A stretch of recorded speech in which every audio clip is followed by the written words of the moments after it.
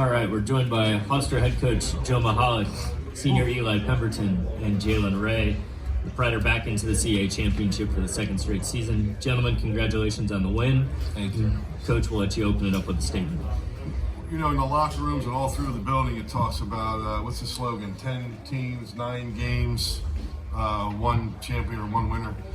I'll tell you what, it's been our battle cry. Every game's tough. All 9 of those games. Doesn't matter who's playing. It's a battle. It's a war. You know, I say it all the time. This league is such a great basketball league, and tonight was exactly what I'm talking about. Just 2 teams battling it out. Nobody quitting. Tough win, hard-earned win, and we beat a very good team. So we're proud of it. We're ecstatic to be one of the 2 teams left.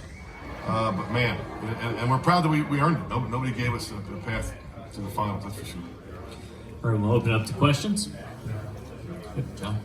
So the job that you did on Nate early, you started 2 for 11 before kind of getting 2 minutes in the end. But between that and the job you did on Wednesday yesterday, combined 5 for 24. If you know you were going to play those 2 teams going in, do you ever thought you could do that to those 2 guys back to back? So you know, this defense that we play, like everybody's got a name for it. People think it's a matchup. People don't like it. People don't. You know, we love it. Yeah, the credit's got to go to our assistant coach Mike Farrell, because it's kind of his baby, right? Mm-hmm. Like he's like a mad scientist, and it starts with the scouting. You know, all 3 of our guys are just off the charts with how we prepare. Our standard for preparation is high, and these guys are second to none with that. But then we start pouring things in test tubes, and we figure out how to stop people, and you know, it's amazing, and really the credit's got to go to Mike Farrell, because he's a genius, and someday soon, I hope, some AD is going to get smart and hire him, because he'd be an incredible coach. Yeah, we'll go here in the front and we'll go to the left. Huge night for you. Maybe just from the 3-point what you're shooting, how do you feel? I mean, we're at a good down When I shot my first shot, I felt good, and my team was just motivating me to keep shooting. It kept going in, and just kept telling me to keep moving like I knew I can. We'll go here in the front and then back to Jerry. Jumi Okade from University of Maryland College Park. That's the same good for you, Eli. You had 1 3 last game, but you had besides your season high this game. What went into your mindset as far as shooting? You know, I work with Coach Fairley all the time on my shooting, but just taking the shots that they give me. I feel like last game, I had more opportunities going downhill. In this game, they knew I was going to attack the rim, so I had to mentally prepare that they were going to go under ball screens, so I could just stop back. And my teammates, we got great guards, and they found me for those shots. None of those shots really I had, besides one off a ball screen, was by myself, but everything else, my teammates found me. So Yeah, we'll go to Jerry and then to Simon. For Joe and Eli, those last, 10 minutes or so, they really applied the pressure on you guys, full court. Is that where that experienced leadership, the guys who have been on the court for 4 or 5 years, come in handy? yeah, it definitely does. We got a little off. You know, they kind of messed us up with that. But once we got in the timeout, we just had to calm down. We got a group of guards that can ball handle. So we just had to take our time, just slow down. They were speeding the game up for us, but we knew they weren't going anywhere. You know, there was a feeling out there that we had to get our composure, and we did. And I think at the time, I forget exactly the numbers, but I said to the guys, hey, wait a minute, fellas, take a deep breath. If I would have told you this afternoon at pregame meal with 4 minutes to go, we'd be up 11, right? Would you take it? And everybody was like, yeah, so okay, we took it. Now we were up 20. Somebody missed a one-on-one, I can't remember who, when we were up 20. But you know, it happens, and it's just. I think in a way it's good for us because it reminds us the game's never over. You know, we could be in a situation like that tomorrow, or it could be the other way around. With the shot clock, with guys that can shoot threes, the game's never over till it's over. We'll go here to the second row and then to the back. Coach, Painter and Mutz were really dominating on the offensive glass to start those opening minutes of play. Was there something in that early timeout that you went over with your bigs and forwards, just in terms of approaching, keeping those guys off the glass? What they did was not a surprise, right? It was how they did it that surprised us. They just were not going to be denied doing those things, and we just had to step it up a little bit. We just had to remind our guys, hey, look, we talked about this. We walked through the hotel ballroom or whatever you call that room. It's not really a ballroom, it's really small.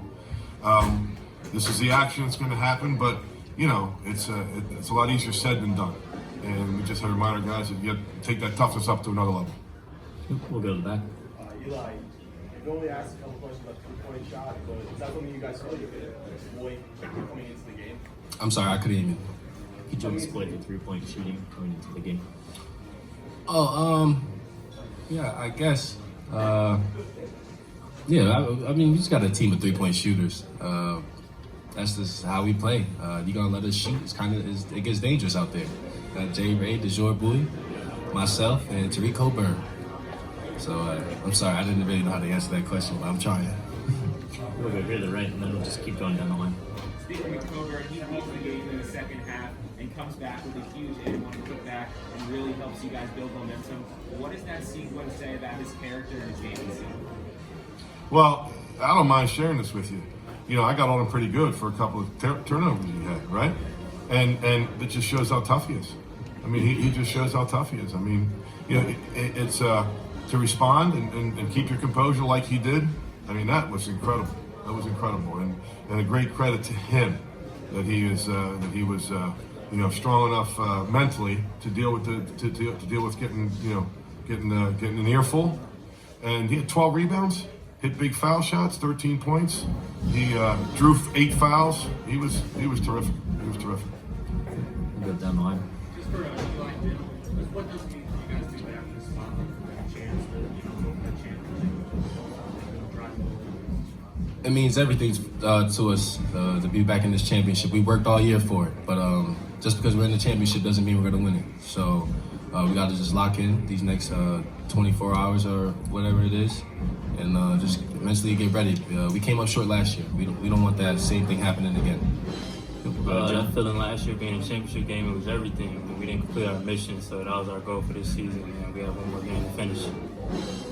We'll go down to the back. For any of you to complete the mission, you'll either have to play Northeastern, who you swept by a total of 6 points this year, or Eli, who you swept by a combined 50 points this year. Do you care who you play in the championship game? And if it's Northeastern, what was the key to beating them in 2 tight games this year? Well, I mean, this is not coach talk. I'm going to go back to what I said early on. Whoever wins this thing has to win 3 tough games. You know, Elon is not the team that we played, and our guys know that. And Mike Schraggy's done just an incredible job with that team. You know, he was one of the guys that I thought, you know, should have been in the conversation for Coach of the Year. We had some guys that did an incredible job. He's one of them.